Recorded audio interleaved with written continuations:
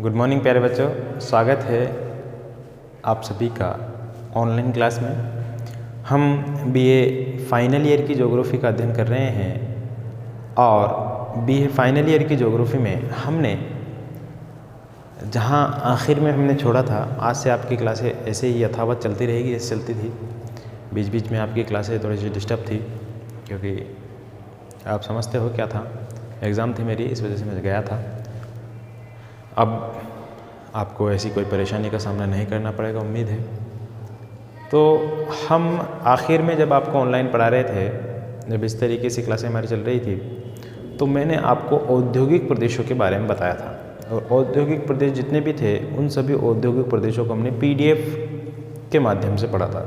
और जैसा कि मैंने आपसे वादा किया था कि मैं आने के बाद आपको वापस से इन्हीं चीज़ों को समझा दूंगा। फ़िलहाल आप जब तक काम वहाँ से चला लिया था आपने, अब हम आपको उन सभी उद्योगों के जो प्रदेश हैं, उन औद्योगिक प्रदेशों के बारे में इस कक्षाओं के माध्यम से समझाएंगे। ठीक है, पहले हमने उसको देख लिया।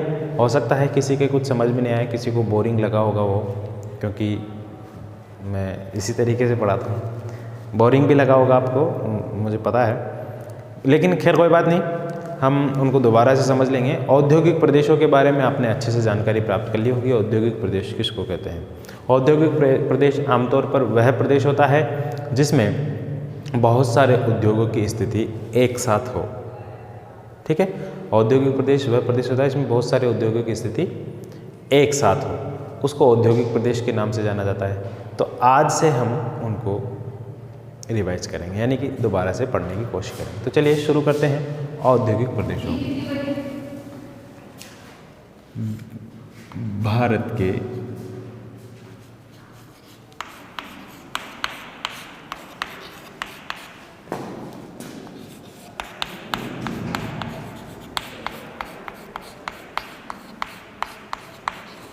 औद्योगिक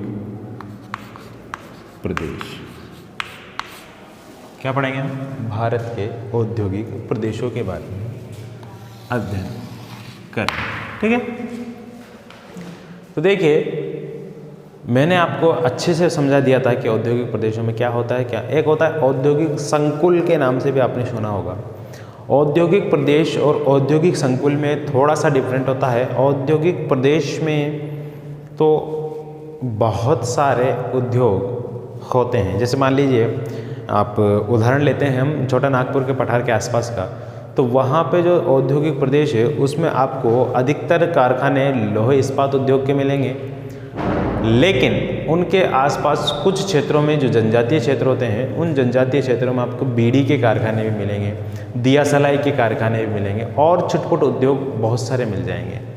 तो ऐसा प्रदेश औद्योगिक प्रदेश कहलाता है, क्योंकि वहाँ उद्योगों की भरमार है। लेकिन कोई क्षेत्र ऐसा हो जहाँ पर एक मेजर उद्योग हो और उसी पर डिपेंड या उसके सहायक उद्योग बहुत सारे हो, वहीं पर दूसरे कोई उद्योग ना हो, तो ऐसे क्षेत्र को क्या बोलेंगे हम? ऐसे क्षेत्र को हम बोलेंगे औद्योगिक संकुल। वहाँ पे एक ही प्रकार के उद्योग पाए जा रहे हैं, या फिर एक उद्योग के ऊपर निर्भर उद्योग है, या फिर एक उद्योग के सहायक उद्योग वहाँ पर मौजूद हो। ठीक है, जैसे बॉक्साइट उद्योग, एल्यूमिनियम के बॉक्साइट खनन वाला जो मामला है, उसको गेलेना, उसको जो अयस्क बनाते हैं एल्यूमिना, उसको बनाने के उद्योग है, और एल्यूमिना से एल्यूमिनियम बनाने के उद्योग अलग है। फिर एल्यूमिनियम से सामान बनाने के उद्योग एक साथ अगर की पेटी में होंगे तो उसको औद्योगिक संकुल के नाम से जाना जाएगा। ठीक है, तो ये थोड़ा सा इन पे अंतर था, ये भी आपने समझ लिया। अब औद्योगिक प्रदेशों को सबसे पहले अध्ययन किया किसने किया था? वो R.L. सिंह नाम के कुछ विद्वान थे।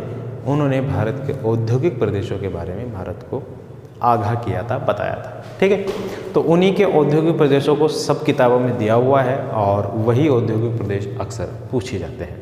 ठीक है, अक्सर का मतलब होता है ज़्यादातर। ठीक है, हमेशा नहीं, ज़्यादातर, अक्सर वही पूछे जाते हैं। तो उन्हीं औद्योगिक प्रदेशों को हम पढ़ेंगे। उन्होंने 11 औद्योगिक प्रदेश बताए थे। कई सारी किताबों का मुताला करने के बाद 7 या 8 औद्योगिक प्रदेश उनमें मिलते हैं। कुछ गौण औद्योगिक प्रदेश भी उन्होंने माने हैं, उनको भी हम देख लेंगे। और कौन से मेजर उद्योग उन्होंने माने हैं उनको भी हम देख लेंगे। तो सबसे पहले जो उद्योग था वो था कोलकाता हुगली औद्योगिक प्रदेश। कोलकाता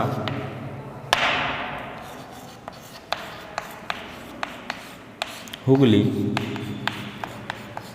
औद्योगिक प्रदेश।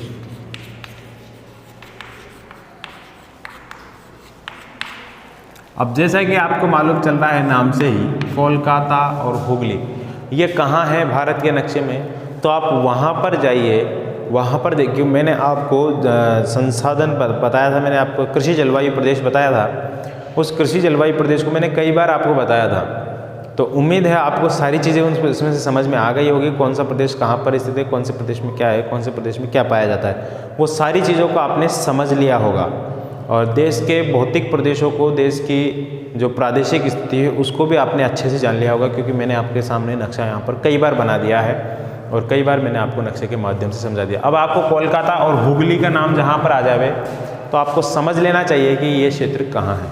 और जिसके समझ में नहीं आया है ये अक्षरों को, इन शब्दों को पढ़ते, कि कोलकाता हुगली पढ़ लिया आपने, इसको पढ़ने के बाद भी आपके दिमाग में नहीं आई है वो स्थान, तो ये समझ लीजिए आपको और ज़्यादा मेहनत की ज़रूरत है, जो आप नहीं कर पा रहे हैं। ठीक है, अगर आप इस तरीके से मेहनत नहीं कर पा रहे हैं तो आप कोई नहीं, मोबाइल चलाते हैं हम, मोबाइलों का दौर है, मोबाइलों में ज़्यादा हमारा टाइम बीतता है, तो आप ऐसा कीजिए, मोबाइल चलाइए आराम से, कोई दिक्कत नहीं है। मोबाइल चलाने के बाद आप क्या कीजिए, उसमें से गूगल मैप पे जाइए। गूगल मैप पे आप पूरी दुनिया घूमिए, उसमें भारत का अलग अलग सिटी, अलग अलग जगहों के आप घूमिए।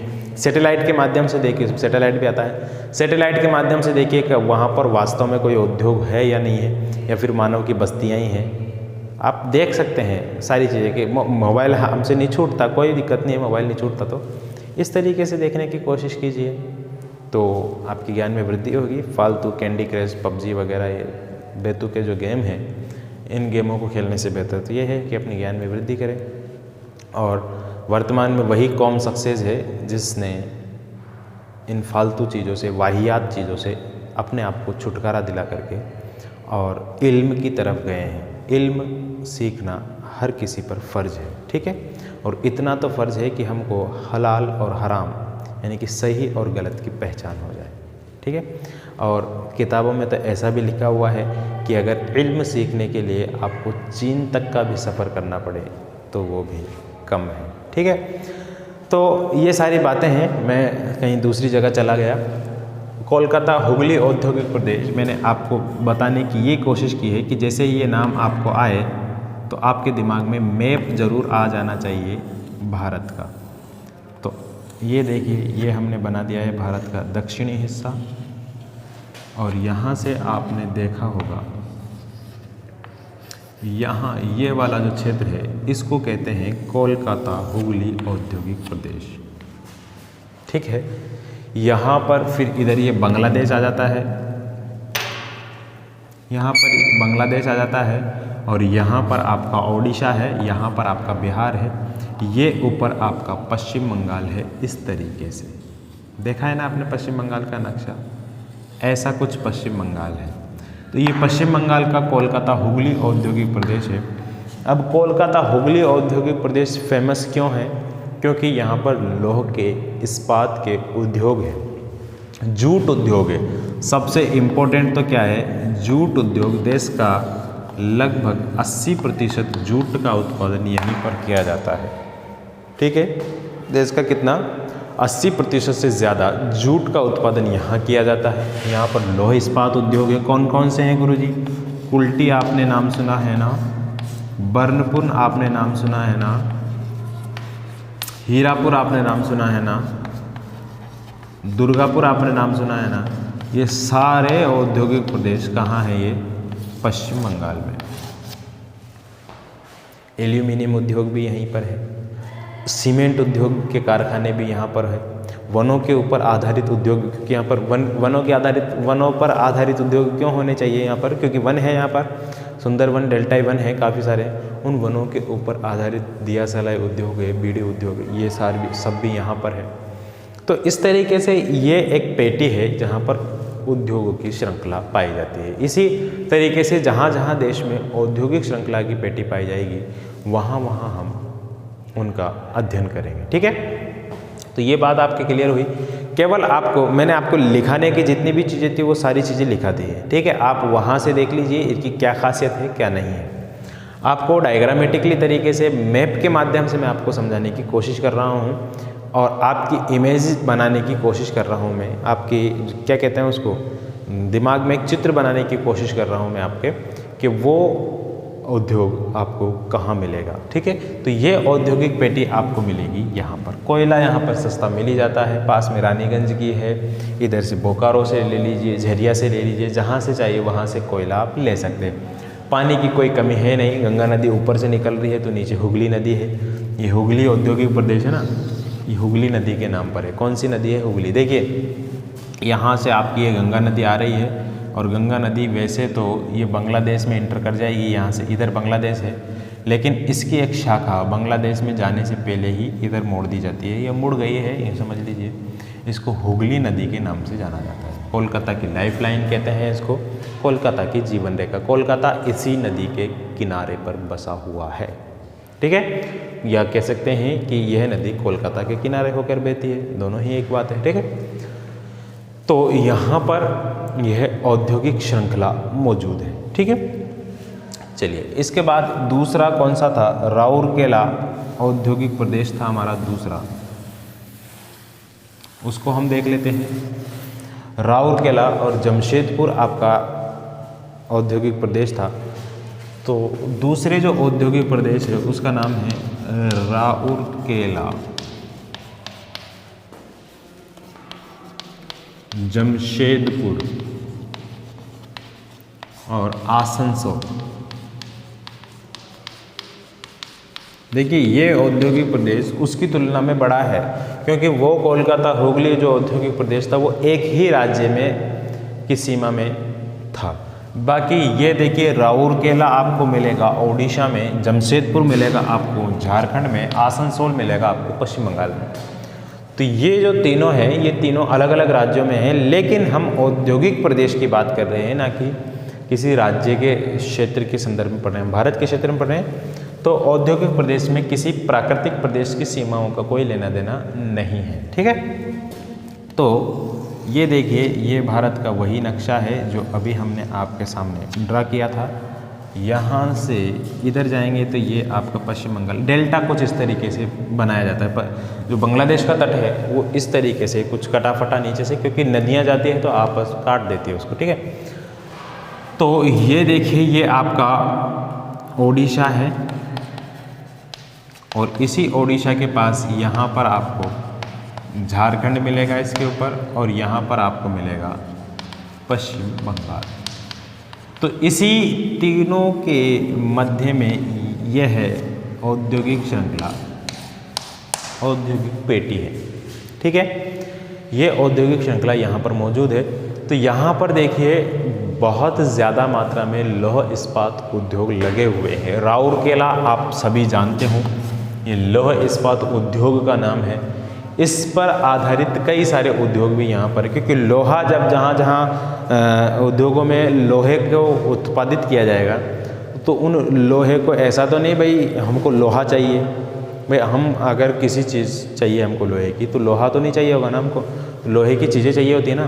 तो जब ज़मीन से लोहा निकाला जाता है लौह अयस्क के रूप में, तो पहले उसको शुद्ध किया जाता है, उसके कारखाने होते हैं, लौह इस्पात उद्योग होते हैं। फिर उन लौह इस्पात उद्योगों में उनके उद्योग अलग होते हैं जो चीज़ें बनाई जाती है। लोहे की कुर्सियाँ बनाई जाती है, टेबल बनाई जाती है, तमाम तरीके की मशीनें बनाई जाती है, गाड़ियाँ बनाई जाती है, कलपुर्जे बनाए जाते हैं, हवाई जहाज बनाए जाते हैं, मालगाड़ी के डिब्बे बनाए जाते हैं, रेलगाड़ी के डिब्बे बनाए जाते हैं, बसें बनाई जाती है, कारें बनाई जाती हैं, और जितनी भी चीज़ें होती है वो सारी चीज़ें लोहे से बनाई जाती है। तो उनको बनाने के अलग अलग इंडस्ट्री होगी, ठीक है। ऐसा तो नहीं होगा एक ही उद्योग में रेल का डिब्बा बन रहा है, एक ही उद्योग में आप घी का डिब्बा बन रहा है, ऐसा तो नहीं होगा ना। उसके जो उद्योग है वो अलग अलग वहीं पर आसपास ही होंगे, ठीक है। तो वो औद्योगिक पेटी का निर्माण करता है। बात समझ में आ रही है ना आपके? देखिए समझ में आ गई ना। रेल का डिब्बा उसी फैक्ट्री में नहीं बनेगा जिस फैक्ट्री में घी का डिब्बा बनता है। घी का डिब्बा भी लोहे का होता है ना, तेल का, वनस्पति घी जो आपका डालडा का आता है, इसके अलावा सरस घी वगैरह, पीपा नहीं आता, वो। इसके अलावा आपको मशीनें बनानी, तो मशीनें भी रेल के डिब्बे वाले इसमें थोड़ी बनेंगी, मशीन के लिए अलग उद्योग लगाना पड़ेगा आपको। कलपुर्जे कहते हैं, जो छोटे छोटे पुर्जे होते हैं नहीं, हमारे घड़ियों में लगते हैं, पंखों में लगते हैं, और नट बोल्ट वगैरह जो चीज़ें होती है वो सारी चीज़ें उनके उद्योग अलग होते हैं। तो ये एक औद्योगिक पेटी का निर्माण करता है। तो राउरकेला है, और झारखंड में आपको मालूम है भिलाई है, बोकारो है, और पश्चिम बंगाल में तो हमने देख ही लिया अभी दुर्गापुर, आसनसोल, ये सारे एक औद्योगिक पेटी का निर्माण करते हैं। ठीक है, यहाँ पर लोह इस्पात उद्योग है, एल्यूमिनियम उद्योग भी है, राल्को, बाल्को, नाल्को मैंने आपको बताया था, उनमें से भी कुछ कारखाने यहाँ पर मौजूद है। इसके अलावा इस्पात के उद्योग है, यहाँ पर मैंगनीज के उद्योग है, कुछ उद्योग यहाँ पर तांबे के भी हैं। इसके अलावा सीमेंट उद्योग भी यहाँ पर पनप रहा है। इसके अलावा कृषि आधारित काफ़ी सारे उद्योग यहाँ पर मिल जाएंगे आपको। ये सारे एक औद्योगिक पेटी का निर्माण करते हैं। यहाँ पर दामोदर नदी घटी है, दामोदर नदी है, स्वर्णरेखा नदी है, महानदी है। इन नदियों से इनको क्या मिल जाता है, जल विद्युत भी मिल जाता है और पानी भी मिल जाता है। झरिया है, बोकारो है, यहाँ से इनको क्या मिल जाता है, कोयला मिल जाता है। उत्तम क्वालिटी का बेहतरीन किस्म का कोयला झारखंड के झरिया नामक स्थान पर मिल जाता है। टिस्को, इसको, पिस्को, ये सारी चीज़ें, टिस्को का जो कारखाना है वो यहीं पर है, और इसको का जो कारखाना है, जो Indian iron and steel company है, वो इन तीनों में है, जो अभी मैंने आपको बताया था, हीरापुर, कुल्टी, बनपुर, इन तीनों को मिला करके इसको बनाया गया था। जबकि जो टिस्को है, Tata iron and steel company, वो जमशेदपुर में है। ठीक है, तो ये सारी चीज़ें हैं जो इस औद्योगिक प्रदेश को विशेष बनाती है। ठीक है, तो ये औद्योगिक प्रदेश भी आपके समझ में आ गया होगा। इसके बाद तीसरा औद्योगिक प्रदेश देखते हैं। तीसरा औद्योगिक प्रदेश कहाँ मिलेगा?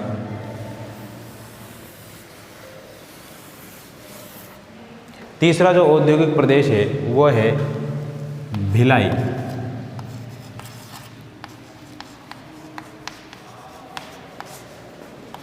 जबलपुर, बिलासपुर, ये एक औद्योगिक प्रदेश है, ये भी इन्हीं के नज़दीक है, और ये औद्योगिक प्रदेश बनता है आपका यहाँ पर, ये देख लिया आपने। तो ये औद्योगिक थोड़ा सा अंदर बनता है ये, क्योंकि यहाँ पर ये एमपी वाला क्षेत्र आ जाएगा और यहाँ पर ये छत्तीसगढ़ वाला क्षेत्र आ जाएगा। ठीक है, इन दोनों में ये औद्योगिक प्रदेश फैला हुआ है। यहाँ पर भी नदियाँ हैं। कौन सी नदियाँ हैं यहाँ पर? देखिए, यहाँ पर छत्तीसगढ़ में आपको मिल जाएगी महानदी, मिल जाएगी आपको, और कुछ और नदियाँ, स्वर्णरेखा नदी मिल जाएगी, बोकारो नदी भी इधर से जाती है। एमपी में आपको हीरे की खान मिलेगी, पन्ने की खान मिलेगी आपको। इसके अलावा वन काफ़ी मात्रा में यहाँ पर मौजूद है। भारत में सबसे ज़्यादा वन क्षेत्र रखने वाला राज्य है एमपी। ठीक है, प्रतिशत में नहीं, जबकि क्षेत्रफल की दृष्टि से पहला स्थान है इसका। ठीक है, तो वन की मात्रा भी काफ़ी, वनों पर आधारित उद्योग कई सारे मिलेंगे। छत्तीसगढ़ में भिलाई औद्योगिक प्रदेश यहाँ पर मिलेगा आपको, जो लोहे इस्पात का कारखाना है, और उद्योग भी काफ़ी सारे मिलेंगे। तो इस तरीके से ये सारी चीज़ें जो है यहाँ पर औद्योगिक प्रदेश का निर्माण करती है। ठीक है, इसी तरीके से कुछ और औद्योगिक प्रदेश है हमारे भारत में। उन सारे औद्योगिक प्रदेशों का धीरे धीरे एक एक क्लास के माध्यम से हम अध्ययन करते चलेंगे। आपको अगर इनसे संबंधित कुछ भी जानकारी समझ में नहीं आई होगी तो आप मुझे बता सकते हैं कि सर इस टॉपिक के बारे में अच्छी तरीके से आप समझाइए, क्योंकि मैं आपको फौरी तौर पर ये समझा रहा हूँ। मैंने आपको अधिकतर चीज़ें PDF नोट्स के माध्यम से मैंने आपको लिखवा दी है, और मैंने आपको वहाँ भी बहुत सारी चीज़ें समझाई थी। तो उम्मीद है आपको जितना समझाया गया है उतनी चीज़ें आपको समझ में आ रही होगी। अगर एक्स्ट्रा जानकारी चाहिए तो आप मुझे बता सकते हैं कि मैं आपको एक्स्ट्रा चीज़ें भी इनके साथ साथ प्रोवाइड करवा दूँ। ठीक है, तो आज की क्लास में सिर्फ इतना ही। मिलते हैं आपसे फिर से कल से। तब तक के लिए मुझे दीजिए इजाज़त। नमस्कार।